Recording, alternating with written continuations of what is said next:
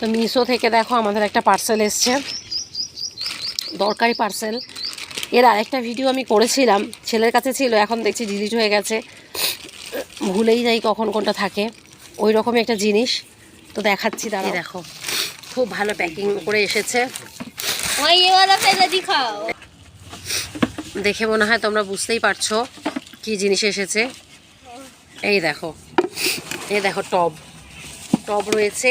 এ দেখো, এটা টবে যে ফুটোটা করা থাকে সেইটা, এটাকে খুলে দিতে হবে।